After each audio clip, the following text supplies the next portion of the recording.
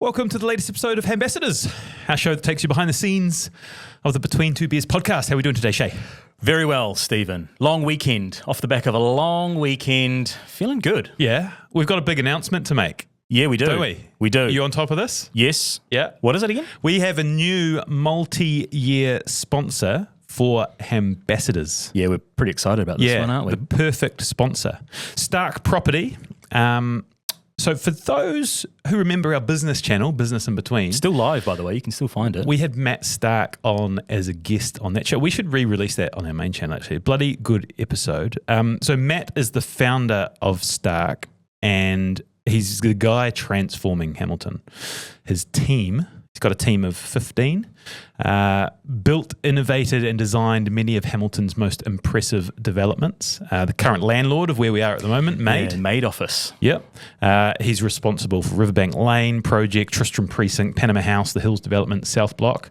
And Stark are coming in behind Hambassadors to help us elevate our show and the city. Yeah, Matt's a massive Hambassador himself, and he speaks about Hamilton almost like it's in its teenage years, sort of tried lots of different things out, trying to find its way in the world, and it's almost like it's starting to become an adult. Hamilton is starting to become an adult at once, and Stark Property are at the forefront of that. Yeah.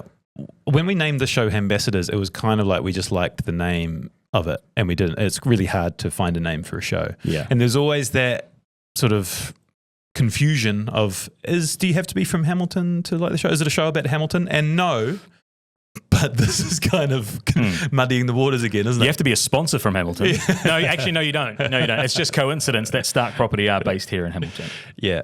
We're super excited about, I think the reason it works is because we're genuine in our love for Hamilton and the sort of the Hambassadors movement. You know, we're on Breakfast TV talking about Hambassadors, and a lot of times I'm in conversation with people and they'll say, oh, you guys are cheerleading Hamilton, eh? Is that for real? Like, yeah, it is. Yeah, this week, Chris Chang was actually championing Hamilton as well. And Matt Stark, a couple of weeks back, was talking about us as potential mayoral candidates. Okay. The first dual mayors of Hamilton. So maybe this is the start of that. So there's heaps of cool stuff as part of this partnership. Like I said, multi-year. We're actually moving office and going to be building our own studio, which is really cool. This will be the last one we record at Maid. Yeah, you've gone and said it. You've gone and said it now. Gonna miss this place. Yeah, it's been a great little home, Maid, in Hamilton East, but we're heading into the city, into Panama House. Yep. Should be good. And the coolest thing, because Matt is doing so much for the city, and in each episode we'll be able to highlight, you know, some of the cool stuff that's going on. So talking about some of the small businesses that, you know, are tenants in his buildings, some of the stuff they're doing across the city. It's a good fit. You'll be hearing more about Stark Property as we go. So we spent a bit of time together this last weekend, and we try not to do that as a general rule, don't we? Yeah, but when you've got friends that want to come together and get together, it's a worthwhile cause. And we had a good weekend. I think you had a good weekend. I only did the day trip. Yeah. If I'm speaking my truth. Yeah. But that was enough for me. Yeah. I think when you get older, it's really hard to maintain friendships. We've got a really good group of friends, but I feel like we're kind of, I mean, and this is just me, I can only speak for myself, but I've kind of grown a little bit more distant with them just with everything else that's going on.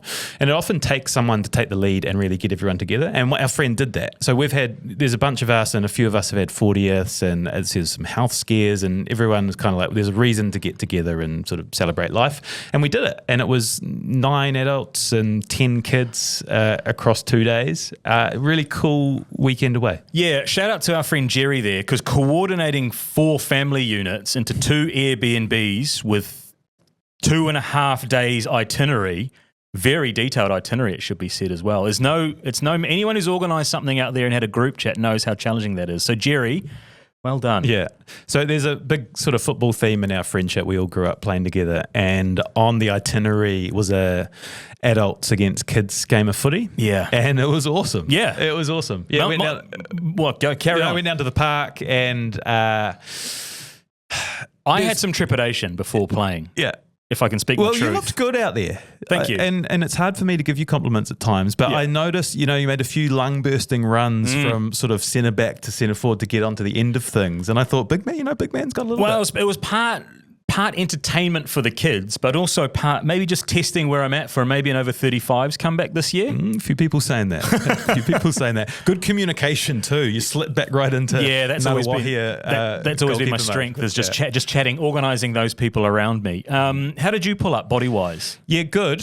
I moved like a 75-year-old man. Like it's really hard when you know how you used to be able to run and then you just can't do it anymore. And I hadn't ran like that in about 5 years. Yeah. But pulled up fine. Yeah. Stayed within my limits. Yeah, good. I did feel a little bit of guilt. It was sort of one game each and then we had a penalty shootout and I sort of didn't really take my penalty seriously. Well, the kids won because you did a silly penalty with the last kick. Again, it was partly entertainment value for the kids, and they feel like they went away feeling happy. Everyone was pissed off. All right. Were they as pissed off as missing out on desserts at Cobb Co the night before? Oh my God.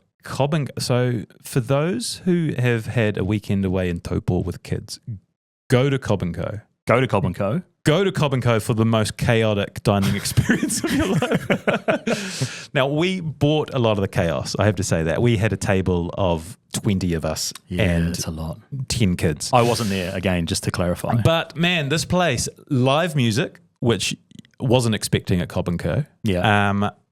Like the most jam-packed restaurant that I have seen. Robots delivering ice cream, a waitress who was totally frazzled and grumpy and forgot orders, and kids were crying because there was no ice cream and her not really caring about it. She might have had a hard day. Yeah, sorry if that is you, sorry about that. There's like a kids area where it's just like a pile of kids and there's tables really close to it. I went for a walk at one point to find one of my 4 children who were like spread out across the restaurant. I was like, what the hell is going on here? But the busiest, most pumping restaurant, food was really good. Chaos. Can I just do a quick Cobb Co bingo? Yeah. Traffic lights? Yes. Yeah, kids all got a traffic light. Pink Panther? Didn't see a Pink Panther on our table. Placemats with the pencils and the colouring pens? Word finds and all that, mazes. And they used to have like those twisty, like a chip thing that would have... entree. Yeah. Like a complimentary one. Yeah. So there's still some of the nostalgic favourites there. Yeah, it was. If you were to rate it out of 10? Experience. For the group, I would say 7.5 out of 10. Yeah, would go again. I wouldn't go again, but go once, experience it. Not bad. Not bad. Busy week this week Maybe for I'll us. Start restaurant reviews. Busy week this week for us. Busy week this week. Yeah, it is a busy week. Yeah, we've got this Hambassadors. Yep. We've got recording. We've got 2 great guests coming up in the next 2 days. We started batching our recording. No, we're not. Teasing. We're teasing. Look out for those ones. And then we've got an ABO record on the Friday. We've got the Radio and Podcast Awards on Thursday night. We do. We're finalists for the Society and Culture. I can see it over your shoulder. Best Society and Culture podcast because we won it last year. Right, mate. Fucking hell. I'm worried about you, mate. I see what Di was talking about. We're back finalists in that category. Yeah. Good category. Dom Harvey, Paula Bennett, and Nellie's Baby, Radio New Zealand. Is that Kirsty Johnson? Yeah. Kirsty Johnson. So it's a good night. I had sort of signalled to you and Di that, if we won something, I would quite enjoy, tying one on a few with Brie Thomasell again like last year. Having a few drinks and celebrating. Yeah. And you were both like, well, we're kind of recording ABO on a Friday. Yeah. Not just us, Sam Kennedy, the video man as well, was pissed off that you were thinking about having a big night out. So we're recording, and we'll just see what happens. This is none of my business, but what's your plan here? Are you staying up overnight? Yeah, stay up overnight. And come down in the morning. Yeah, I think we've got a sort of a lunchtime record. But it's quite I'm not sure what the word is, but it's going to lead me into you talking about ABO because preparing yourself for that chat has become quite intense with a clean head and with prep. So after coming in from a night on the beers might be an interesting space. But that leads me to you. Well, I won't have had a night on the beers. No, you won't have had a night. But clear eyes, full hearts, can't lose. Friday Night Lights, it's good. Yeah, well, at least we're not doing it first thing in the morning, which is what we did last time around. And for those that listened to last week's ABO will realise that it got quite tense in that environment. Yeah. So hopefully with a little bit of a lead-in. I don't think I'm on the one-on-one list this week. Well, we haven't decided. We might need a one-on-one to clear the air. So for those I feel like we did that with the context. Yeah, there's more to talk about. for those that haven't listened, you might have seen some clips on social media. So kind of the game, right, is we want people to listen to our episodes. Yeah. So we always clip out the parts that we think are going to grab the attention and make people go and listen. And they often are the most fiery, confrontational, emotional parts. So people that don't listen to the episode probably have a perception of the show which maybe isn't representative of what's inside. But it was a very jarring clip we put out, and we had thought about how we were going to approach it. But I wondered for you, I've sort of been on the sideline on this one. You know, you and I have, you re-recorded some context around it. You put the episode out. It was you guys. I'm wondering what your DMs have been like and what the communication has been like with you from listeners. Yeah, so if you haven't listened to it, Di and I got together after the episode was recorded and thought, shit, if this goes out just by itself, it's going to not be a great representation of the work that we do together. So we recorded like an appendix and put it in, topped it with stick around. Hopefully we give the show some breathing space. So that kind of blow up was like a year in the making, and that's really hard, I think, to get across in what we've done. But the comments, to answer your question, have been pretty like a licorice all sorts, all over the place. Like some really scathing ones of Di, some supportive ones to me, some of also people who are like, oh man, she's talking to me when she's calling you out on that stuff.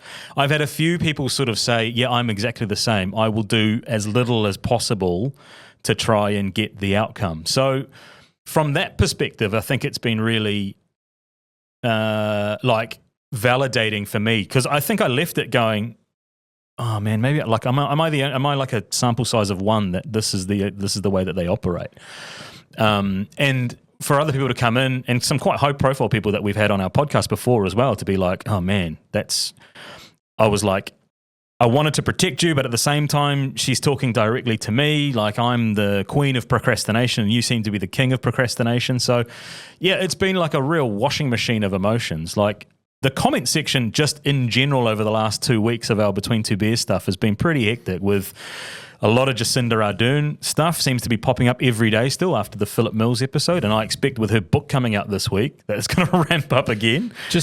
I think one of the most interesting things as a content creator is you put something out there and you will get two people watching the same thing with super different polarizing takeaways from what they've seen. Yeah. So on the Di stuff, like just on the public comments, people saying that's out of line, like there's no way she should be acting like that. And something like, this is what an incredible teaching moment. This was so powerful, like it spoke to me. You know, watching the exact same clip. Yeah, and I think if you only and I if you've listened to the episode, you know that I'm not super active on social media, but for that one in particular, I think when it came out, I tried to jump on and sort of direct people to have a listen to the full episode. You'll get a little bit more context, and then I had people coming back saying that context isn't enough, like, and then other people saying you should never have put this out in the first place, and it is a real wild ride of like, yeah, just different opinions for what is essentially kind of private work between a coach and their player. Yeah, you player. Yeah. I guess the proof is in the. I was going to say proof in the pudding. That's a stupid thing to say. Has it changed? Proofs in the numbers? No, but like, has it actually fundamentally changed? Like, it was a very jarring encounter, and then I would say brave putting it out there and inviting all of these people to have opinions. But has it actually changed the way you do anything, or changed you? It's definitely had me more reflective of why I do certain things, or if I do certain things that I think are kind of clever, that actually people can see right through them at times as well. So definitely, I wouldn't say that I've like flicked the switch and everything is completely fine and I'm normal again, but I'm definitely not normal again, but I'm definitely way more aware of some of those behaviors and trying to think a bit more critically about why I do that and how I do that and how I could avoid slipping into that in the future as well. So from that perspective, it's a good kind of reminder to have that out there as well. I try not to pay too much attention to the comments and kind of what the rest of the world is making sense of that, and just kind of work with Di directly about kind of nudging my own kind of stuff along to get to where I want to get to. It's pretty overwhelming, eh? Like I think only in the last couple of months it's kind of been a bit much. As the social channels grow, we've got, I don't know, 120,000 followers across different channels now, and the comments are streaming. And you mentioned like the political stuff with Philip Mills and Jacinda, and then our response to it, and then Di. And it's kind of like you can see the comments coming in when you open up the app, and you might see 5 or 10 negative ones, and you're like, fucking hell, like it just fucking drains you. Yeah. And I don't feel, we spoke about Tall Poppy in one of the more recent episodes and how it hasn't really got to us. I was like, but maybe it will. And I feel like as these channels grow and as it becomes bigger, more people are going to come in, hating or not enjoying or commenting, and it feels like a lot. Yeah, it definitely feels like it. And maybe I've kind of jumped off a little bit earlier than you have, but I'm also kind of trying to be a bit more proactive in steering things or trying to put some context around stuff. But YouTube's a pretty horrible place in terms of comments. Well, YouTube is our channel which is growing the fastest. Yeah. And it's pretty rough and raw. Yeah, there's a lot of stuff in there. But I think I said this on another one, like it kind of feel like once it kind of gets into like that sort of trolling area, it just catches fire itself. And like the Jacinda clip is one which, shit man, I don't even know how many a day we're getting in on that still, and that's Hundreds 3 weeks ago. You wake up and you've got like 200 notifications, like, oh, something's caught fire. No, it's people commenting on the Jacinda clip. It's gone back up again. And like I say, with her book coming out, I feel like that's gonna just get another life of its own again. I wouldn't say, like, we've stumbled into this, right? Like it was a hobby and it's become a job, and we both love in it.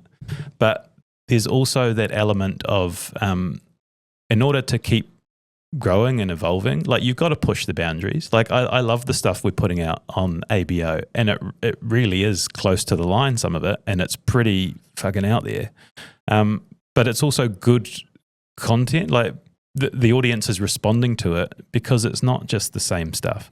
And same with the podcast too. Like we got to keep sort of like getting creative and trying different things, and like the politics thing, like that has been a really interesting lightning rod, sort of discussion, and there have been a lot of comments about that, and it's clarified my thinking. We don't need to talk about it now, but it sort of clarified my thinking of what we're going to do in the future. Yeah.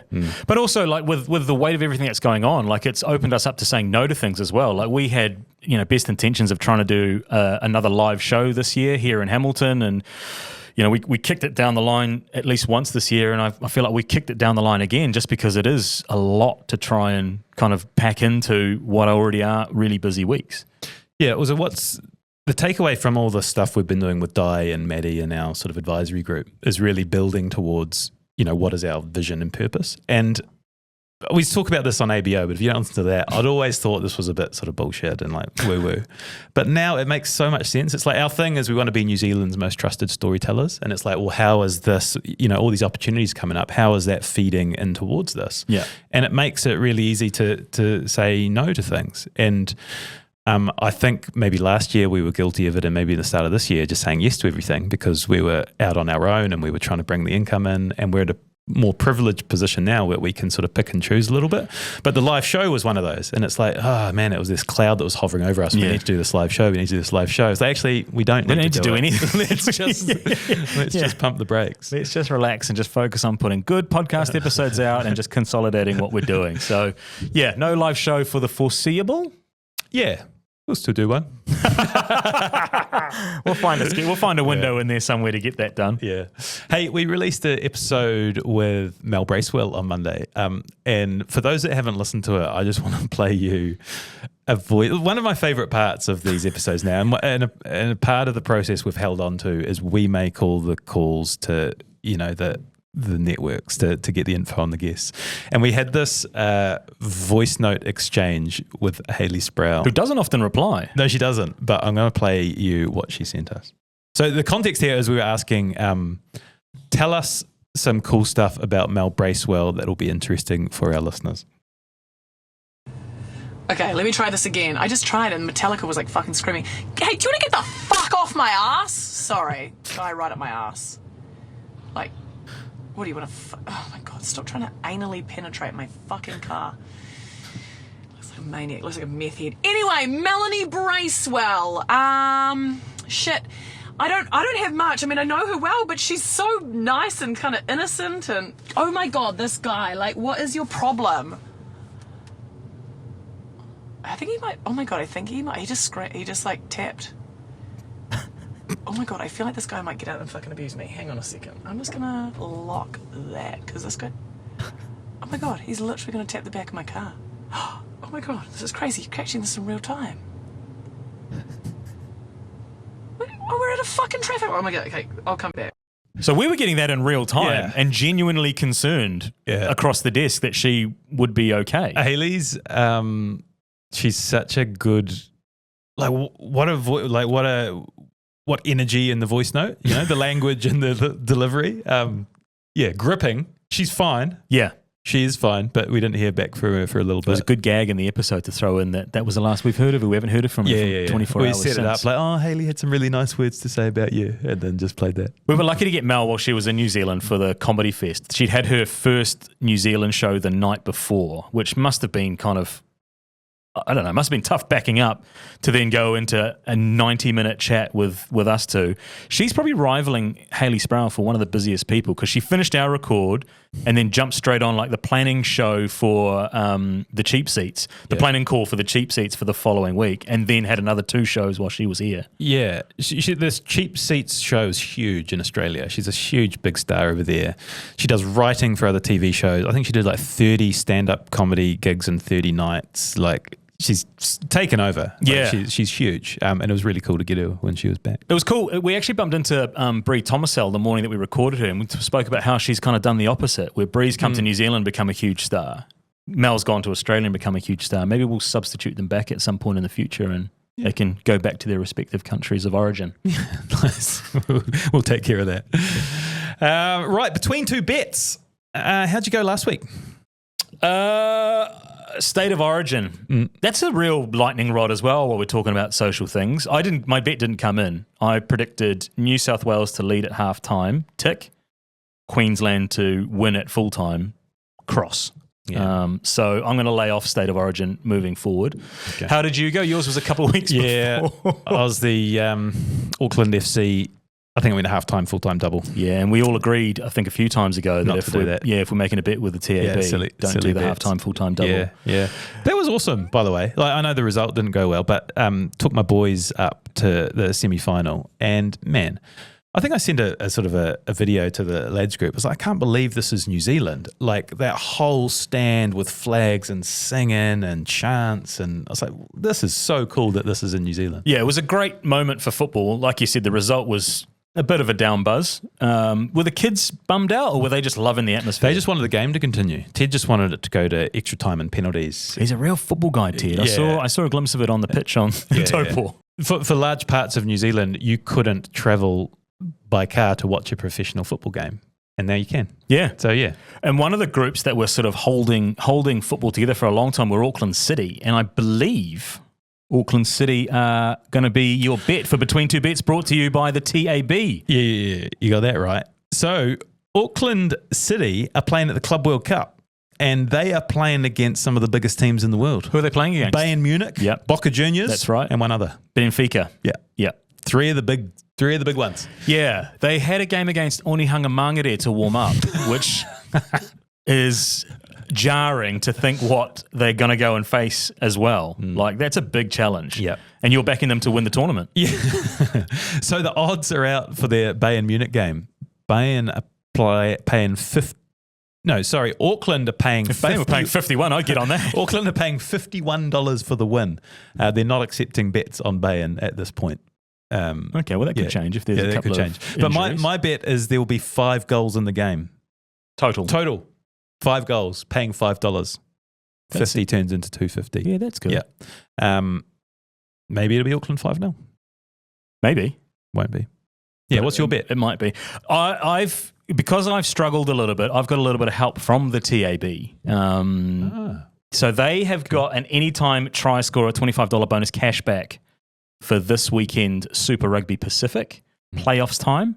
And I'm going to jump on the Crusaders Reds game. It's the first game of the weekend, and go with a Hamilton old boy, Sevu Reece, to score a try anytime. Yeah. Now, I want to get the details right here, so I'm going to refer to my little bit of paper. But there are some T's and C's on this bet. So TAB will cover your bet with up to $25 bonus cash back if your player doesn't score, and then you get a second chance to get back in the action. So Sevu Reece just has to score a try in the game at any time. And I've gone on that. Nice, man. Good bet. Good bet. Thanks to our friends at the TAB. Yeah, download the app. Between two bets. Get your bet on. R18, bet responsibly. Right, I've got a little TikTok clip to play you. No, it's not.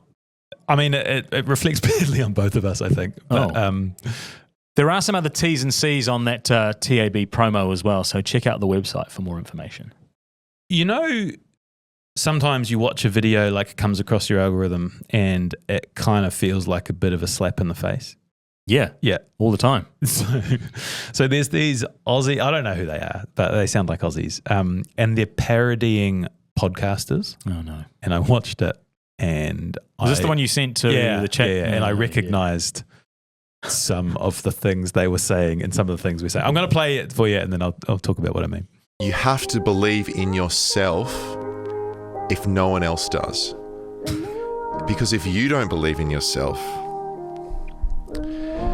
then who's going to do that?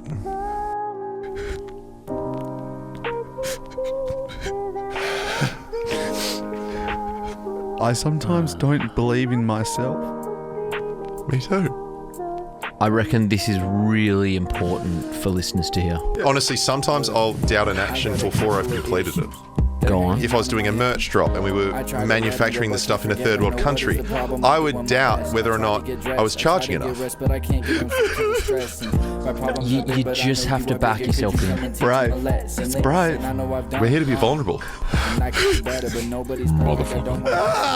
you too can be vulnerable. Just subscribe $50 a month and you can have wisdom like this at your fingertips with the Josh Gallop Suck His Own Cock program.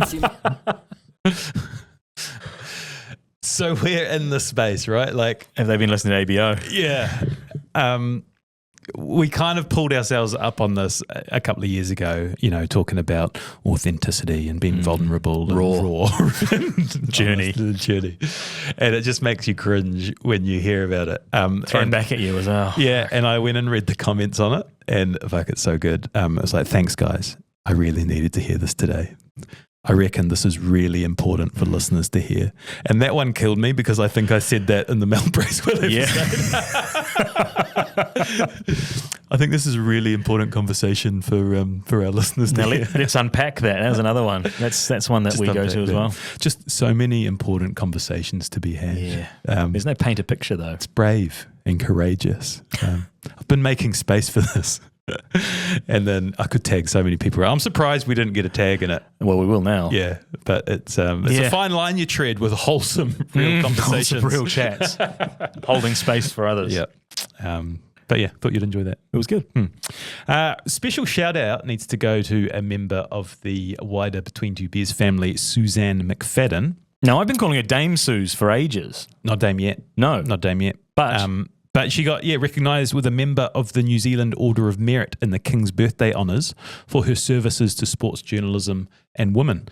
And Suze is part of our Reflections team. She's our lead interviewer, and man, what a deserving woman. yeah, a lot of love on social media for that accolade to come through as well. So Dame Suze, congrats from us as well. Yeah, she has been... I think I might have spoken about this on I don't know, we do too many shows, but just the perfect space for... She has the perfect toolkit for capturing people's stories with our Reflections business. Our issue as we were growing it was it can't be me and Shay doing it, so we were looking to who would be the best fit to come in part of our team. And she's done half a dozen or more at this point, and she like the feedback you get from her, like her soft skills, her welcoming, her warmth. She always brings scones. She like nails the interview. Yeah. She feels like, they always say, I feel like I left with a best friend. Yeah, she's awesome. And together with Mark Stafford as well, Mark Stafford, who is one of our other interviewers there, they are a great little addition to the wider Between Two Beers universe. Yeah, good job, Suze.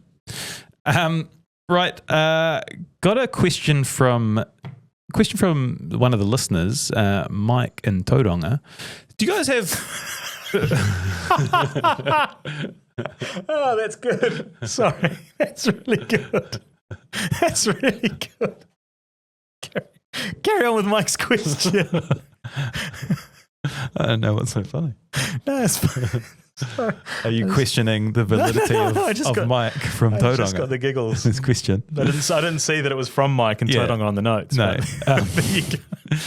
He wanted to know if we had thoughts on the Run It Straight controversy and deaths, or Dan Hooker's backyard fighting ring. Former guest Dan Hooker. Well, two parts to that, isn't there? Run It Straight is an interesting one. There was a lot of that on my algorithm for a little while on TikTok, and I to start with, I was like, oh yeah, this is good. And then a few of those collisions, I was like, probably like a lot of the people going, oh, this is not going to end well. And then, as we've seen, unfortunately, it didn't end well for a young lad down in Palmerston North. And like, I know some people are talking about how does it like differ from like rugby league or other sports where you've got massive collisions like that. I feel like for this one, all you are doing is lining up the guy that's on the other side of it. Like contact sports, NFL and stuff like that, you're trying to evade a lot of the time or trying to avoid some of those collisions, whereas this is just straight out collision. So for those that don't know what we're talking about, it's essentially two of the hugest humans you can find at opposite ends of like a 30-meter runway. Yeah, and one of them has a ball and the other one is trying to tackle them. Yeah, do you know much about it? I don't not too much. Is the goal to actually knock them over or just tackle them or not let them get past you? I think the goal is to not let them get past you. Yeah, but there's like it's a narrow, like there's no you're not going to step someone. You're just going over the top of them. So yeah, there's like heavy collisions. So without knowing anything about it, the obvious comparison is to like boxing or UFC, right? Where people are going in and they are trying to knock the other person out. Like that is the goal of the sport. And we are celebrating that and watching it, and that's fine. And here's a sport that's a new one that's created, and there's those same risks, but that's not the main purpose of it, right? You're trying to stop the person, but a huge side effect and a big issue is the CTE and the sort of the concussions that you're going to get as a result. So is that different?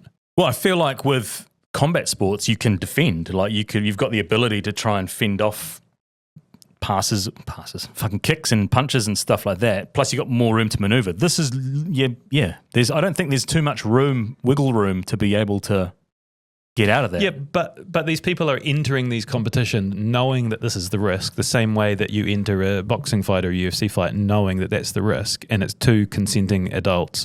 I think the problem with it is what you're seeing is like the copycat and the kids doing it at lunchtime at the playground, and like we saw the tragic accident as a result. Well, yeah, I mean, I guess there's in the sanctioned or organised competitions there are some guardrails in place, but yeah, that's nothing to stop the situations that you find, like just horrendous for any physical activity to end in a fatality is terrible. Yeah, I'm going to give it a thumbs down. I don't like it. Yeah, I'm not a big fan. I've seen some of those clips of people getting knocked out from it. Just doesn't. It's a weird one for me because I do enjoy UFC though. I do like the combat sport, but there's something about the Run It which I'm like, I can leave that. So the other one, but it's a bit like the old what's the slap thing? Yeah, I don't like that. Yeah, I'm not a massive fan of that too. But then the other one is like Dan Hooker's doing these like backyard scraps, right? And like again, Kimbo Slice style. Yeah, I mean, I loved Kimbo Slice stuff. I watched the whole like YouTube documentary on him again recently. Yeah. And it's filmed in the backyard, and it's kind of like the old Kimbo Slice ones. There's like a referee there, again, consenting adults. They're not professional fighters, but they all can brawl. And man, it makes for some engaging foot. Like you see the numbers on all those fight videos. Yeah. People love that shit. Yeah. I've got no problem with that because I see of that as just like boxing or UFC. It's the same thing, just in a different context setting. Yeah. Right? The biggest, I mean, I can't take my eyes off it. And there was like, I think, it's a bit of that like sort of everyday person element to it. There's a dude from Hamilton that I saw taking on like another guy he must have been one of the only European guys that was kind of knocking about there. I haven't watched all of them, but I was like, whoa, I know that guy.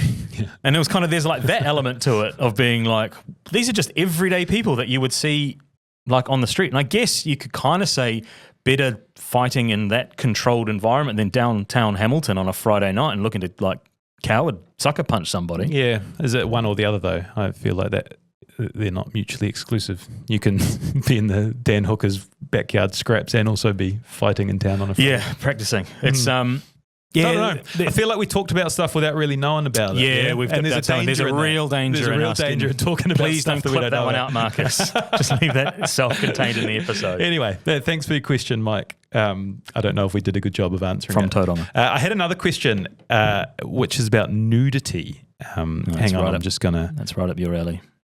Just going to read it out. It's quite a long question. Who's this one from? This is from Mark in Waihi.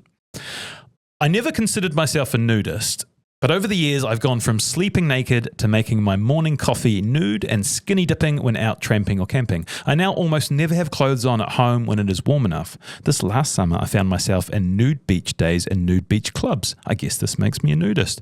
My questions are, do you spend time at home nude? Do you think nudists are strange? When you see nude people at the beach, do you find it offensive? If you were with a group of friends camping or at the beach, would you be comfortable with one of more being nude? Can you separate nudity and sex in your mind? There's a lot there. There's a few questions there to unpack. Yeah. I sleep nude. Yeah, so do I. Do you? Why are you so... It surprises me. Why? I just felt like you'd be an undies man. Yeah. Nice. Freeing, eh? Yeah. Yeah. I've slept nude for a long, long time. Yeah. Yeah. Because I run quite hot. So I, even in the middle of winter, I'm nude all the time. But the rest of those questions, do you spend time at home nude when I'm sleeping? Otherwise, I mean, you've got a different... I think we've had this conversation before. You've got 4 children. There's a lot of nudity in my house from the children. I know there is. Yeah. I know there is. That's why I've stopped coming around. Do you think I'm not comfortable. Do you think nudists are strange? Yes. Yeah. When you see nude people at the beach, you find it offensive? Not offensive. Not really. I mean, it depends on the people. Weird. If you were a bunch of friends and someone was nude, would that be weird? Yeah. So let's go back to Topor. One of the wives. one of that group had nuded up. Yeah. I don't think that plays. No, I don't think it does. However, because his kids are there too. Does the context change if it was just a lad's trip away? Oh yeah, and someone nudes up there. That's funny. Then yeah, context is important. It is, isn't it? Because I would find that amusing. I wouldn't nude up myself. No, but I'd say the majority of lads trips I've been on there has been nudity. Yeah, and it's always been funny. Though when I went for a swim in the lake in Taupo on the weekend, on the way leaving the town, I was nude on the beach whilst getting changed for a period of time. Oh, yeah. Yeah. Look at you, man. You're one step away. Am I? Has that answered the question? I don't know. Which one? There was about 7 of them. I don't know, but it's given you a little insight into how Shay and I sleep, and it is nude. I'm surprised you were surprised that I was nude. I played a little golf last week with a former guest, Marcus Daniel. Not nude. It was awesome. Yeah, played out at Tiiki, which is the best golf course in Hamilton by a mile. So we had a little 4-ball out there. Video man Sammy Kennedy, me, Maney, and Marcus Sam Kennedy Daniel. got the call up. Yeah. That's new. Big Sammy. He's a weapon on the golf course. How does he go on the golf course? He's good. He slings it. He's a big hitter. But Marcus, so first of all, I should say Maney, one of my best mates, and he has recently been appointed to the role of head coach of the Football Ferns. He was interim for about a year and he finally got the call up, so super stoked for him. It was the day after he'd been named and we went out and played golf. Like, what a great way to celebrate. Yeah, but nice. He is killing it, right man for the job. Good job, Maney. And Marcus, former guest, is just like the most impressive guy you'll ever meet, and annoyingly really good at everything too. He's at like a 7 handicap and doesn't play that often, and he's a very good golfer. I don't want this to come across negatively. Okay. Are you the worst in that 4? Yes. By what sort of a margin? I could win any hole, but overall I will just make more mistakes. Yeah. Yeah. Yeah. Are you getting better? Yeah, I am, but it's a bit of it's hard to get better if you're not playing regularly. Yeah. And 9 holes a week or around every couple of weeks. Probably need more to keep improving. Because you Get took into your the clubs. range. You took your clubs to Taupo, Yeah, I didn't you? did. And But they I didn't just- get any rounds out. It's hard. It's a selfish game. It's hard to find the time. Yeah. But I bloody love it. I bloody love it, Shay. Yeah, I know you do. I just found it interesting that you did take your clubs when literally no one else in the group indicated that they wanted to play golf. No, Were you thinking you might strong arm someone and they'll no. "Oh, let's go for I a had night." another friend who was going to travel over and play. I didn't realise. Yeah, Sorry. and Sorry. they cancelled that plan late on the And I Saturday night. apologise. Apology I accepted. apologise. Apology accepted. I just found it interesting. Hey, we should probably wrap this up, but we need to talk about what's coming up on Monday. David Downs. So this is the episode we recorded live at the Ice House about a month ago. And yeah, it'll be interesting to see how it's received because it was sort of produced for the live audience. So we did this kind of like gag-filled intro and Yeah. yeah. It's shorter. different. It's different. It's different to a normal Between Two Beers episode, but Got great feedback in the room from people. So yeah, I'm really happy with it. But I'm hoping it's received well because we do have plans to do a lot more on the live podcast scene. even though we said no to a live show recently. Yeah, But they're different. They're two different things. Two different things. It's different. So yeah, huge shout out to the Ice House too. I'm doing their OMP, the Owner Management Program, starting next month. So away for 3 days of a month. I haven't 5 signed. months. I haven't signed that off. And after the David Downs podcast, I spoke to a bunch of people that have done the program and were just full of praise for how it has transformed them and their business. And yeah, really excited. And I've got the financial skills and sales skills 2-day courses coming up as well. Yeah. Financial skills will be good for the financial obligations that I have for the organisation. I'm still learning. Yeah. So here we are, learning and growing. Hey, good luck this week, man. You got a bit on, so hopefully you can get it done. Hey, and this is the last episode in the old maid office. Yeah, it is. It is. I've bloody loved this space. Yeah. Gonna miss it. Yeah. No. I have a soul bowl every morning. Yeah. Coffees. SJ, one of the best. I think she is the best barista in Hamilton. Hey, In New Zealand, not just Hamilton. she is. She's a bloody legend. And one other shout out I need to do is Murray Rose from Muzz Rose Barbers. Murray Rose Barbers. He started giving me a deal, and I don't know how I feel about it. Oh, he probably thinks it's going to run out soon. So there's no. Yeah, you negotiated some deal where I didn't negotiate any deal. there's a discount on haircuts, and I don't. It doesn't sit comfortably with me. But we have this sort of standoff after each, and I sort of go to pay, and he's like, You've "No." got to buy him a coffee. You've got to buy him and Jay's Okay, well, coffees. yeah, you didn't, every time you go in. You didn't tell me that. Well, that's in the fine- But anyway, it's in the the best bloody barber in Hamilton. I've always said that. He's a legend. Yep. So is Jace. Yep. They do good work. Murray Go and Rose. see Murray Rose Barbers. Barbers. Yeah. And That's go all. and see Stark Property. And it's been New Zealand Music Month in May. Yeah. That's one. All right. See you next time. Enjoy.